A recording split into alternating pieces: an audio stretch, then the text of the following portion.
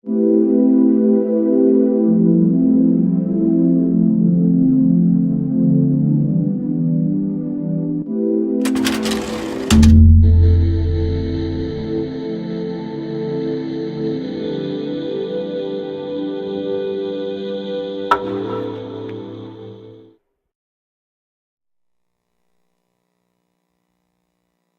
puede poner el cañón, por favor?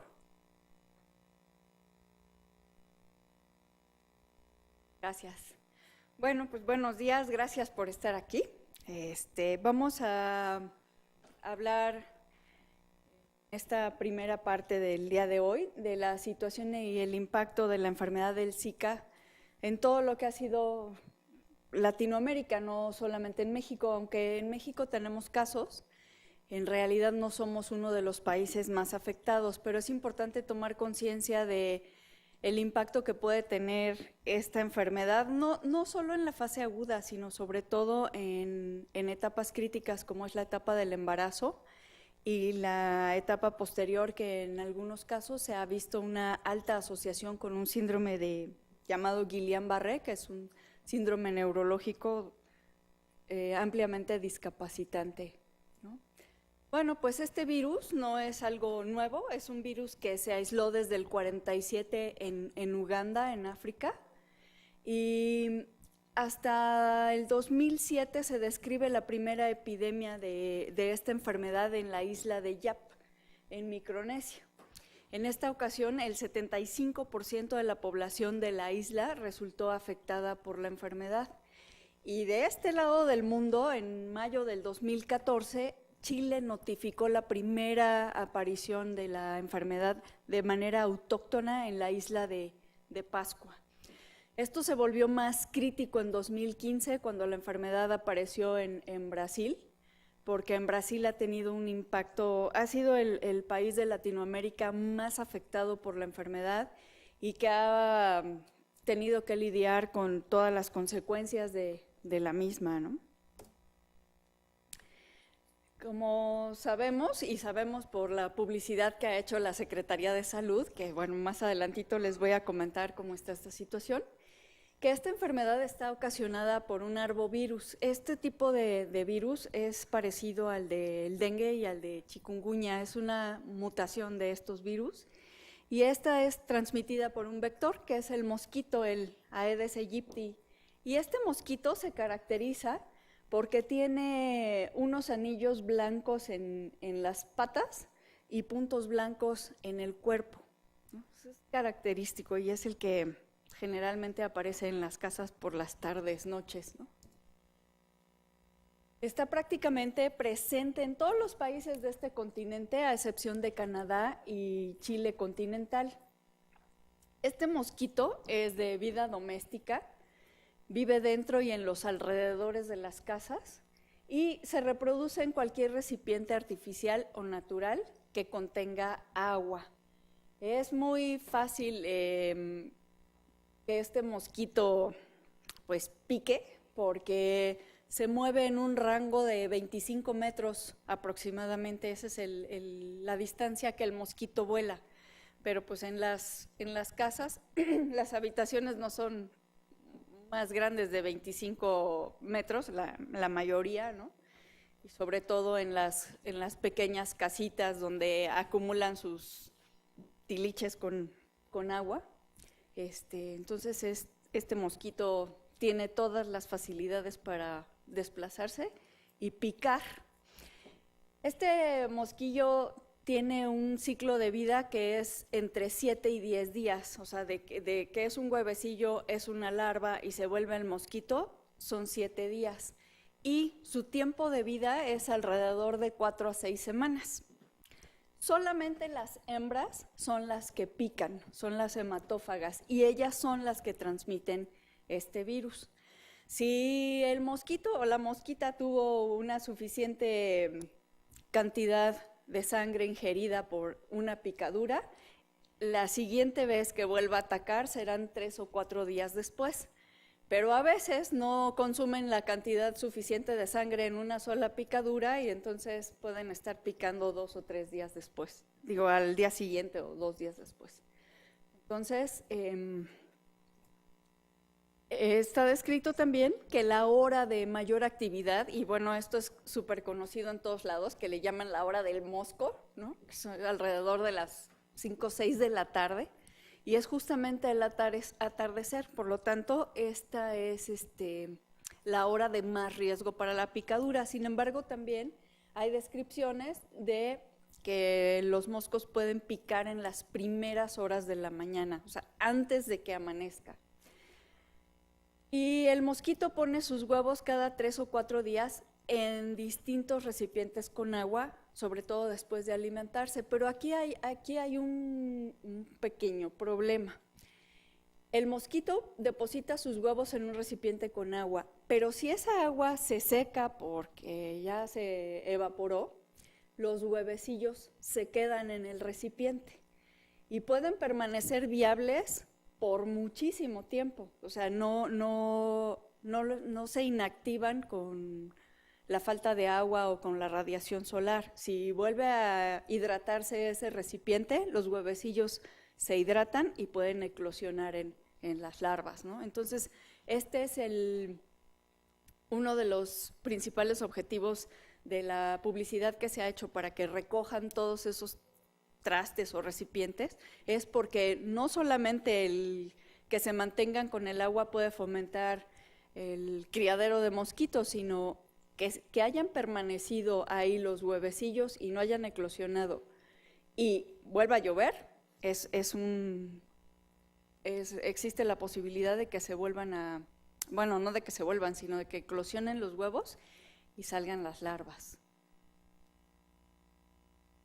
Y una hembra puede poner alrededor de 400 huevos en su vida, ¿no? Y si es una vida de 4 semanas, pues imagínense la cantidad de huevos que pueden poner no solo una hembra, sino varias hembras, ¿no? Entonces, esto es lo que les decía, que pueden resistir las sequías.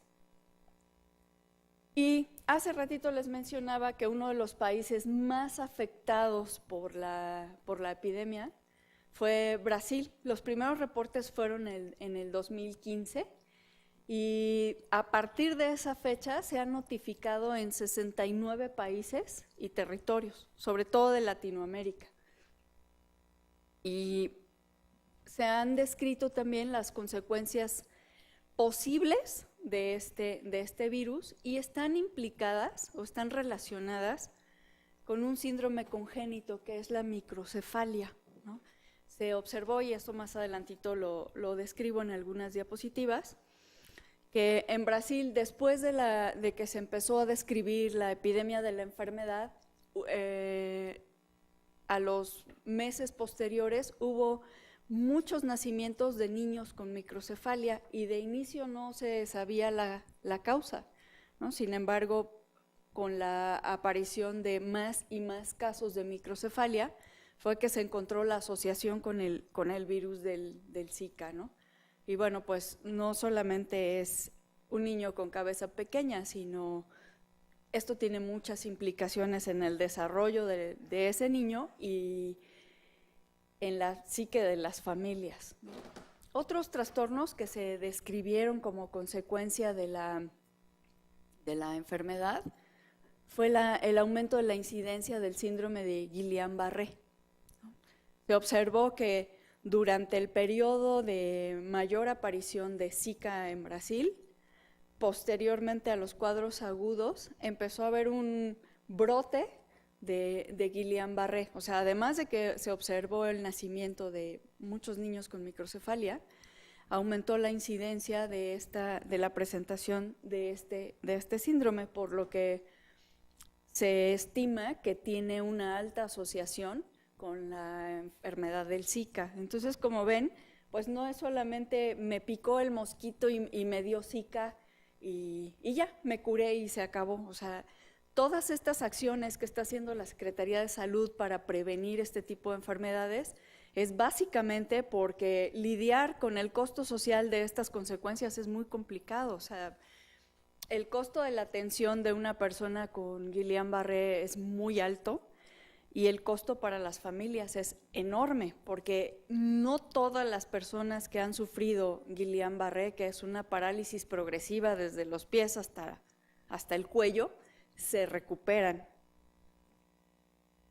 Y aquí vemos en esta diapositiva cómo a partir de 2015 y 2016, todos estos países fueron haciendo reportes de datos de epidemia, no de aparición de la enfermedad, sino de epidemia de Zika. Y como ven, prácticamente todo Sudamérica, parte de Centroamérica y Cuba y las islas del Caribe ya habían reportado datos de epidemia. En México no llegamos a presentar epidemia, o sea, no fue epidemia, pero sí ha habido reportes. A partir de 2016 ha habido reportes de la presencia de la enfermedad en el país.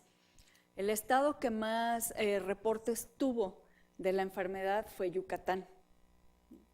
Sin embargo, a 2017 ya hay reportes de la enfermedad en el Estado de México, o sea, los mosquitos vienen para arriba, ¿no? Aunque se ha reportado la enfermedad en el Estado de México, no tenemos datos de epidemia. El objetivo de la Secretaría de Salud es que no se nos vuelva una epidemia y la única manera de evitarlo es la prevención.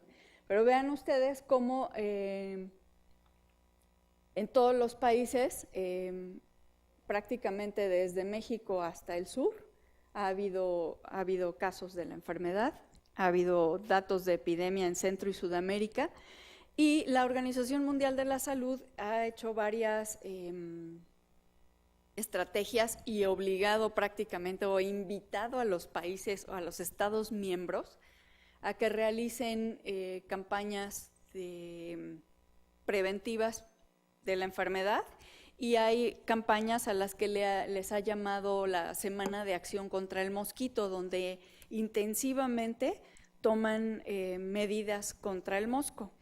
Aquí en México, sobre todo en Yucatán, que es donde mayor incidencia ha habido de la enfermedad, pues parte de las estrategias para la prevención o para la limitación de la enfermedad ha sido que la Secretaría de Salud manda camionetas a fumigar las casas, ¿no? Además de que manda sus brigadas de médicos y pasantes en servicio social, de enfermería y de medicina, a promover la descacharrización, ¿no?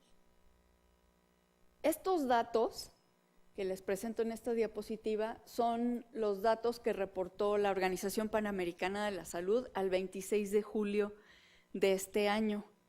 Y son los países y territorios con casos ya autóctonos confirmados de Zika. Para esta fecha ya hay casos reportados en Estados Unidos. Entonces vean ustedes que desde Estados Unidos hasta Sudamérica, claro, los que ven con color marrón oscuro, esos son los últimos reportes. Esos reportes son de 2017.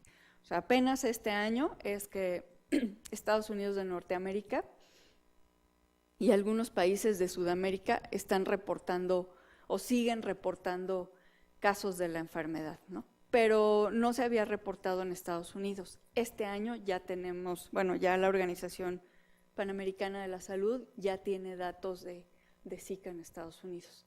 No hay en Alaska y no hay en Canadá, que Alaska pues también es parte de Estados Unidos, pero es el único lugar que hasta el momento no tiene casos de la enfermedad. ¿No hay moscos?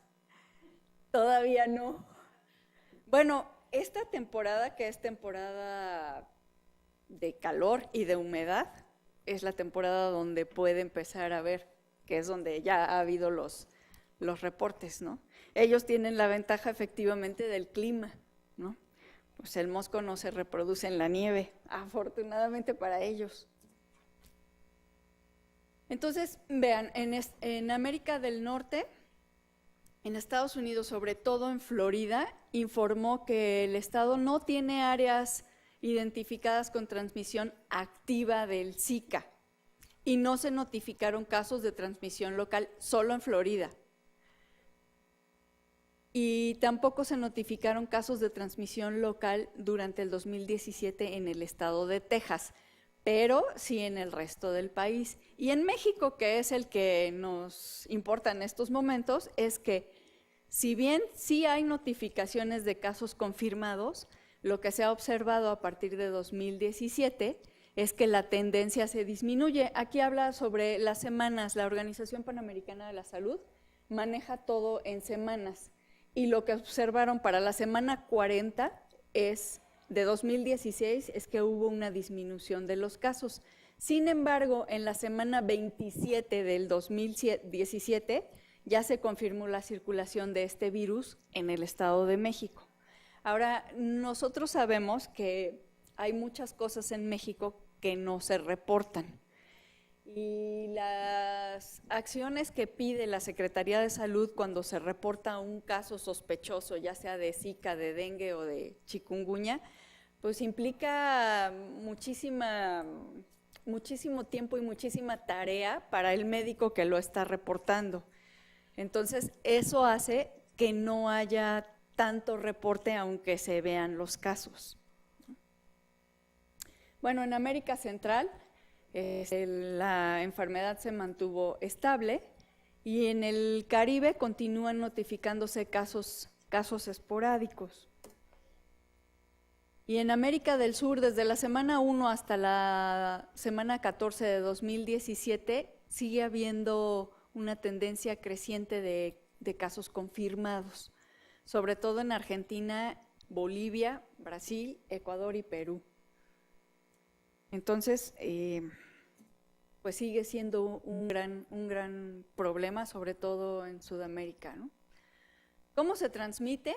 Pues bueno, sabemos todos que por la picadura del mosco infectado, pero se ha encontrado también evidencia de que se puede transmitir la enfermedad por transfusión sanguínea. O sea, si el donador está infectado con Zika y no presenta sintomatología, esa sangre puede transmitirle la enfermedad al receptor.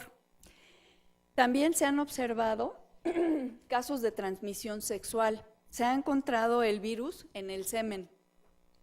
Entonces, se han reportado algunos casos y se siguen buscando evidencias sobre este tipo de transmisión, lo que se ha sugerido a las mujeres que piensan embarazarse es casi que vea que su pareja no esté enfermo, las madres que están embarazadas y tienen la enfermedad tienen que tener un seguimiento sumamente estrecho durante todo el embarazo y el nacimiento y bueno, después ya el bebé tiene un seguimiento muy especial porque se ha visto que las madres que están infectadas con el virus del Zika pueden tener hijos con microcefalia. O sea, en realidad la asociación es muy alta. No ha habido gran reporte de casos de mujeres que hayan tenido el virus y que el hijo no esté afectado. Sí las hay, pero lo que predomina es la asociación con la microcefalia. ¿Cuáles son los síntomas? Son muy parecidos a los del dengue y a los del chikungunya. Y aquí hay un problema porque no todas las personas pueden presentar estos síntomas. Lo más frecuente es que haya exantema, que es la erupción en la piel. Si ustedes ven el cuadrito superior derecho, ahí se ven unas piernas con unos puntitos rojos. Ese es el exantema. Puede haber fiebre leve, puede haber conjuntivitis, vemos el ojo rojo aquí abajo, y a veces dolor muscular o en las articulaciones. Pero vean ustedes que 1 de cada 4 personas infectadas desarrollan los síntomas. Entonces, ¿cuántos de los que estamos aquí, a lo mejor nos picó un mosco, nos transmitió el virus y no desarrollamos ningún síntoma? ¿No? 1 de 4 son pocas personas realmente las que presentan la enfermedad. La campaña, esta publicidad la desarrolló la Organización Panamericana de la Salud y se las proporcionó a todos sus estados miembros para que difundieran el conocimiento sobre la enfermedad y la gente pudiera acudir a buscar atención rápidamente, ¿no? Y habla del fiebre o dolor de cuerpo, dolor en las coyunturas, conjuntivitis o malestar general.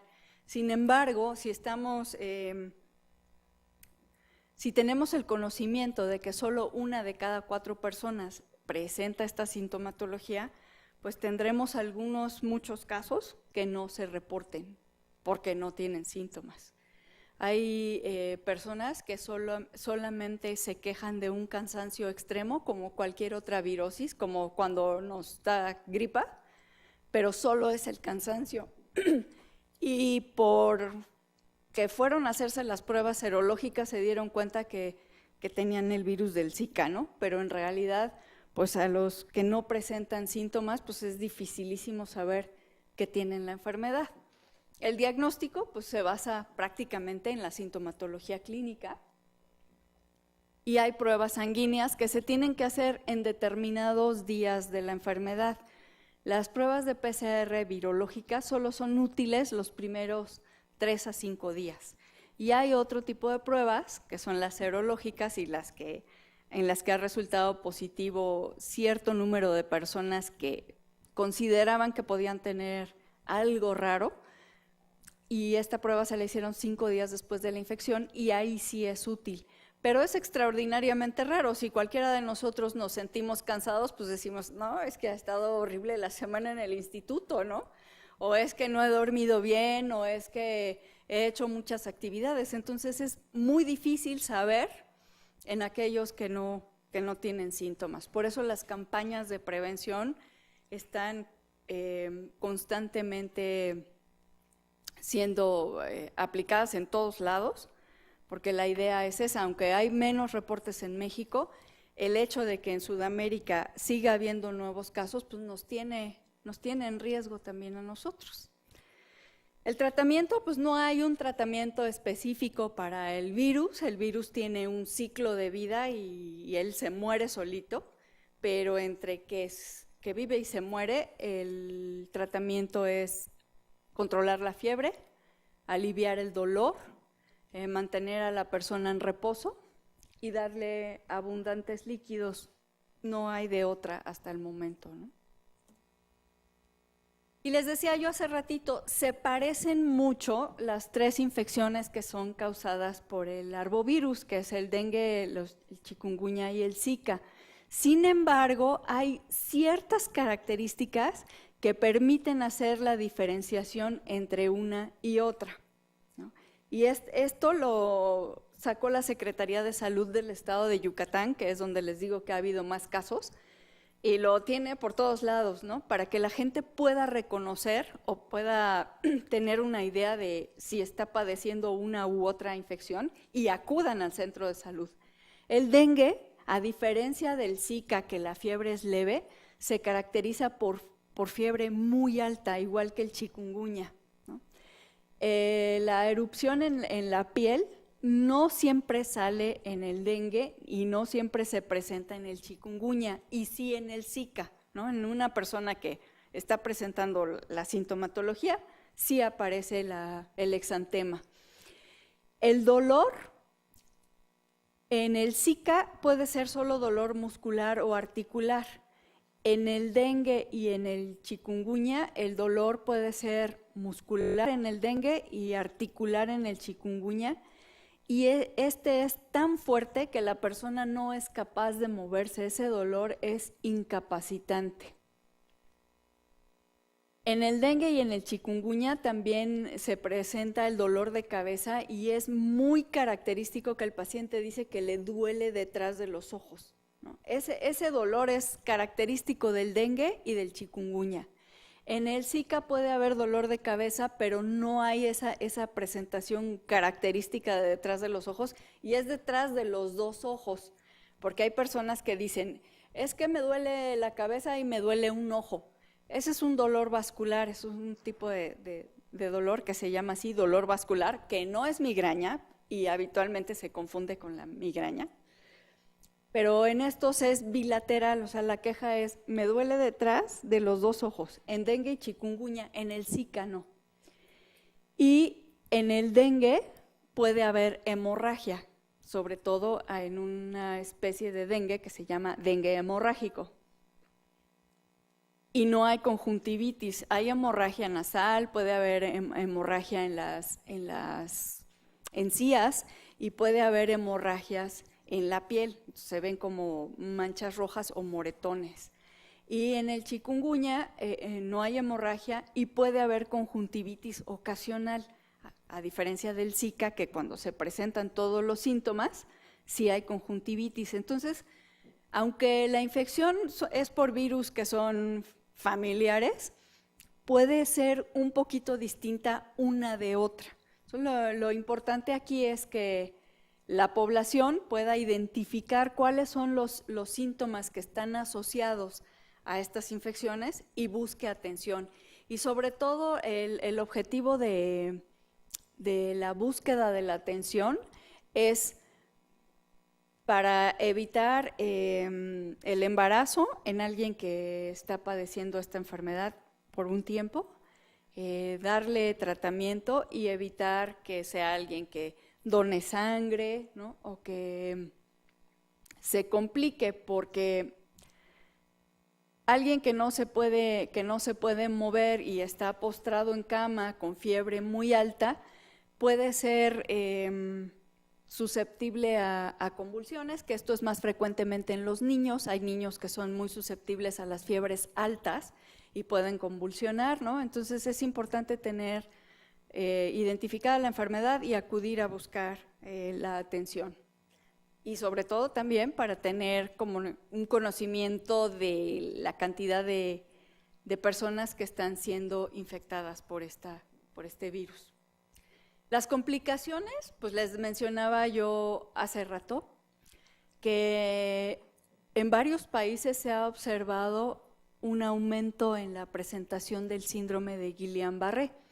Este síndrome se produce cuando el sistema inmunológico de la persona se ataca a sí mismo y lo que hace es que ataca el recubrimiento que tienen los nervios. Todos los nervios que tenemos son como cablecitos y esos cables tienen un recubrimiento, así como el cable tiene un recubrimiento de plástico, ¿no? Los nervios tienen un recubrimiento de una sustancia grasa que se llama mielina.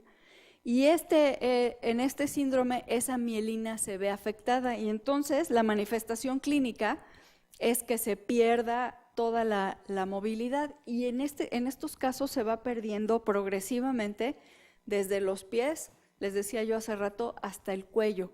El problema es que en el camino o en el trayecto están los músculos de la respiración y si esos músculos pierden la capacidad de moverse, estas personas terminan hospitalizadas en las terapias intensivas e intubados para poder tener una asistencia ventilatoria.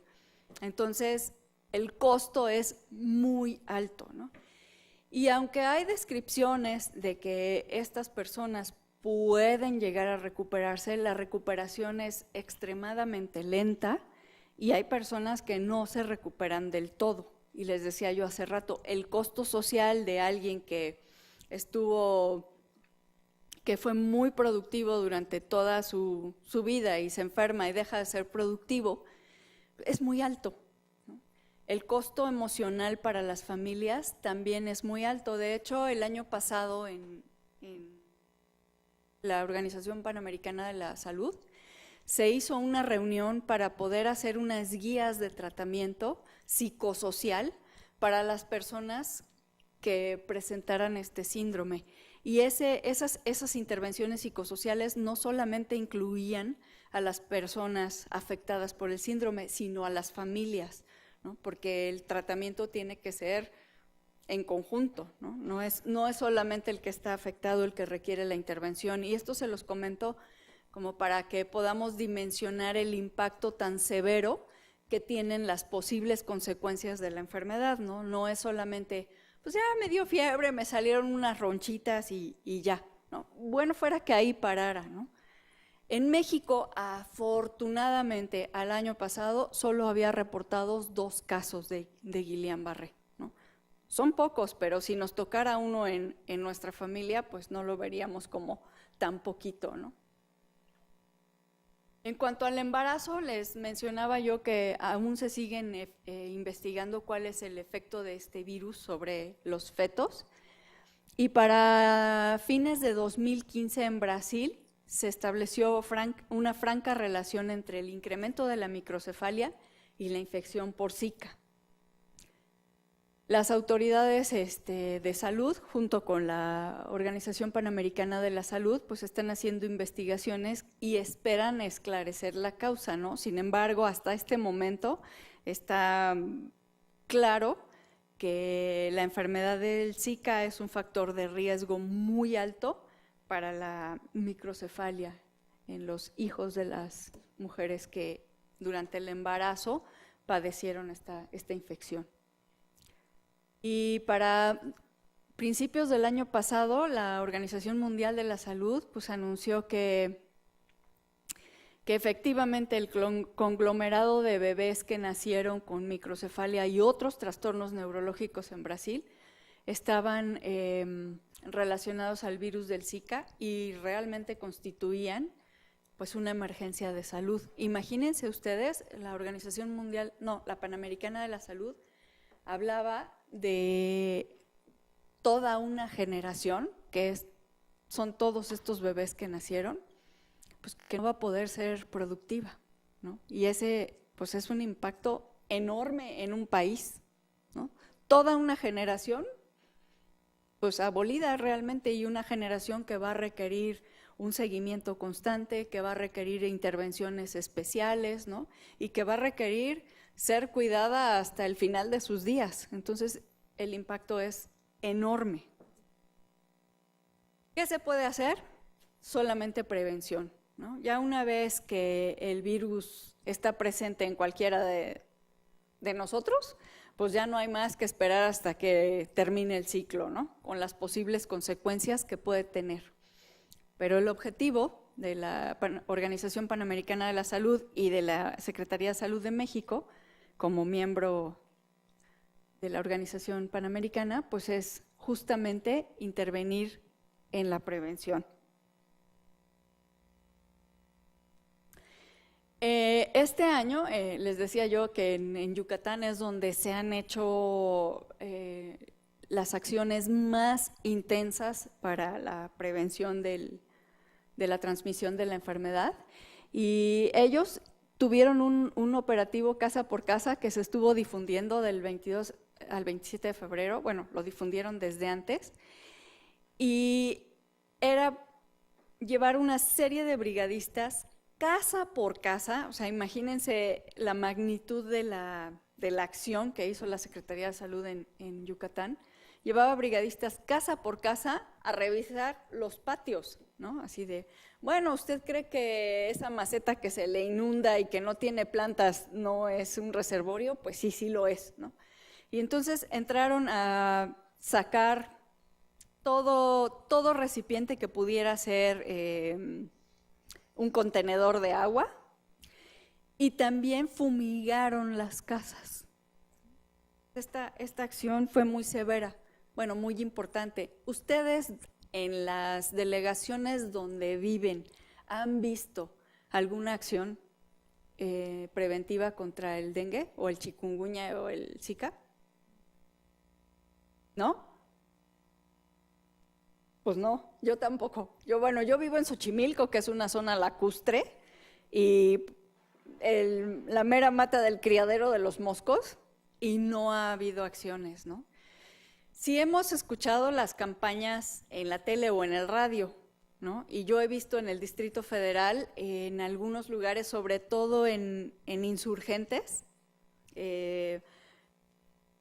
letreros de prevención del Zika, pero las campañas no han sido tan intensas, ¿no? Y todavía estamos en época de moscos, ¿no? Esta época es potencialmente riesgosa porque es cuando más agua hay por todos lados, ¿no?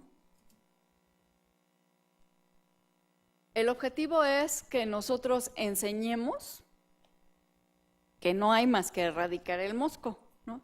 Tenemos que educar pues, a nuestro personal y a las personas que viven en nuestra casa y a nuestra comunidad sobre el riesgo de transmisión de la enfermedad por el mosquito y todas las medidas que se puedan implementar para disminuir la cantidad de mosquitos.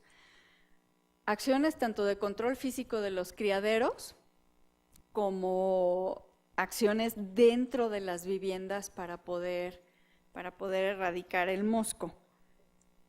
¿Qué medidas, además de las que se publicitan en el gobierno para erradicar a los mosquitos, se les ocurren a ustedes? ¿Qué le dirían a sus familiares, a sus conocidos, sobre cómo hacerle para erradicar el mosco?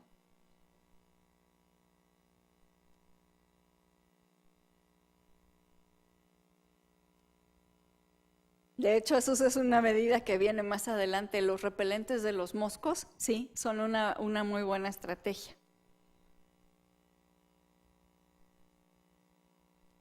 Pues eso sí habría que ver con el mosco. Mire, lo que yo sí he sabido, porque ese tip me lo pasaron, bueno, no me lo pasaron, lo mencionaron en una de las reuniones de la OPS, era de la planta de la citronela, poner a hervir unas hojas y además de que se perfuma la casa, esa estrategia les funcionó, por ejemplo, para las personas que estaban en la sala o en la cocina, para que no les picaran los moscos. Sí, y sí, esa sí funciona, ¿no? Y hay velas también de citronela que los ahuyentan.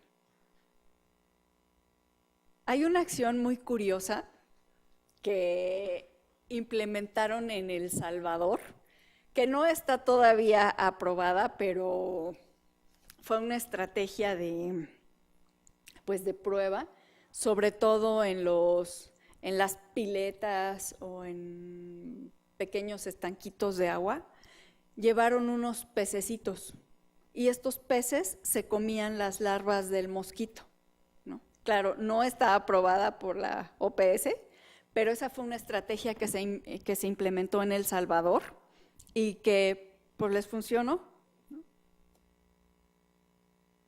Bueno, hay que evitar que se deposite el agua en el recipiente en el exterior de las viviendas y en los alrededores, en macetas, en botellas, en envases, para que no se conviertan en criadero, ¿no?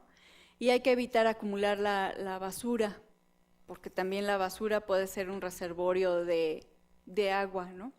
Y destapar los desagües que pueden dejar el agua estancada. Y se sugiere la fumigación al amanecer y al atardecer. Esto se nos complica un poquito porque, bueno, ¿quién de nosotros que tenemos que salir corriendo en la mañana para venirnos a trabajar, pues vamos a estar fumigando, ¿no? Y también hay cierta resistencia a la fumigación, pues por las posibles implicaciones que tienen los venenos en la salud, ¿no? ¿Ustedes conocen algún veneno que no sea tan tóxico que pueda matar los moscos?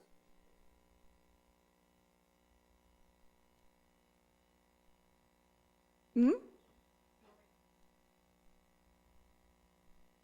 El matamoscas, ¿no?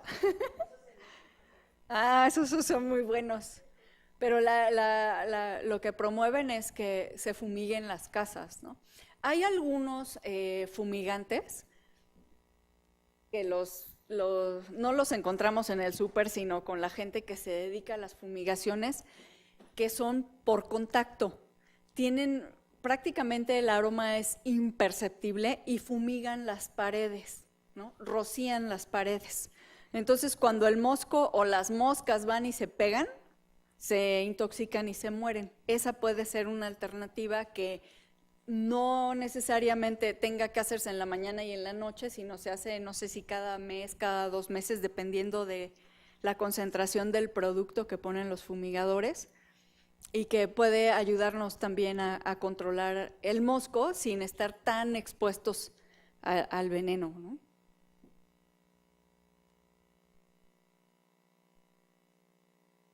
Bueno, pues como les decía hace rato, en el Estado de México ya hay reportes de Zika y entonces su gobernador se puso las pilas y mandó brigadas de personal para fumigar las casas, ¿no? Es esta fotografía que vemos aquí, el que tiene el cartelón en las manos, es el gobernador del Estado de México, que hizo una campaña de fumigación en el Estado de México. Se recomienda que cuando aplican insecticida dentro de las viviendas, pues cierren ustedes la habitación que se fumigó, se quede 20 minutos cerrada y ya después se ventile, ¿no? Para garantizar la muerte de los mosquitos. Pero si su idea es fumigar, les digo, a lo mejor estos venenos por contacto son una mejor opción que estarse exponiendo todos los días al Raid Casa y Jardín o ese tipo de venenos que son los que tenemos más a la mano, ¿no? Pero una de las alternativas más seguras para evitar la transmisión de la enfermedad es la fumigación. Esta es parte de la campaña que hizo la Organización Panamericana de la Salud en Brasil, ¿no? Para promover en los centros de salud la atención estrecha de las mujeres embarazadas y más si se sospechaba que pudieran haber sido infectadas con el Zika. Bueno, pues el objetivo es reducir al mínimo el contacto de los moscos, ¿no? con nosotros. Hay alternativas como utilizar los pabellones, los mosquiteros, ¿no? que cubren las camas, que también es una acción que se implementó en Brasil para no exponer a las mujeres embarazadas a los venenos y tampoco a la picadura de los moscos. Esa es otra medida y otra alternativa. También se recomienda hacer uso de ropas apropiadas que minimicen la exposición de la piel, ¿no? Como pantalones o camisas de manga larga. Y le mencionaban ustedes hace rato los repelentes autorizados para uso humano. No hay evidencia que las embarazadas no puedan usar estos repelentes. También se recomienda la utilización del repelente, ¿no?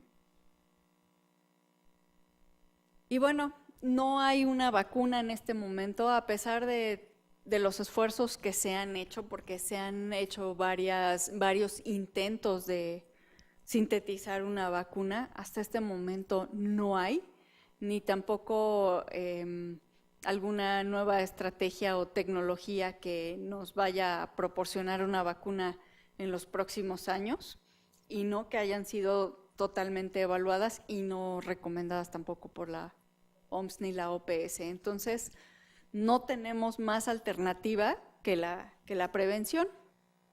Esta es otra de las campañas de la Organización Panamericana de la Salud, donde motiva al personal de salud a educar, ¿no? A educar a las personas que acuden a los centros de salud, y esto recae no solo en el área médica, sino en el enfermero, en el trabajador social, en todos los que formamos parte del sector salud, ¿no? Porque es la única manera de prevenir la enfermedad. Y esta es no salió muy clara, pero esta es una tarjetita que está de descarga gratuita en la página de la OPS, y se recomendaba que se les diera a todas las personas que vivimos en áreas pues potencialmente epidemiológicas, ¿no? Zona donde hay mucho mosco, zonas donde se han descrito las enfermedades, la enfermedad del Zika. Bueno, también para dengue y chikungunya. Esto está en varios idiomas, está en español, está en portugués, está en inglés, y es de acceso libre. Y la idea de la Organización Panamericana de la Salud es sigamos promoviendo la prevención de la enfermedad, ¿no? Bueno, y ya sabemos que no es una sola, sino ahora son 3 los arbovirus que andan circulando o que son transmitidos por este vector. y que podemos prevenir, ¿no? ¿Alguna duda, algún comentario, alguna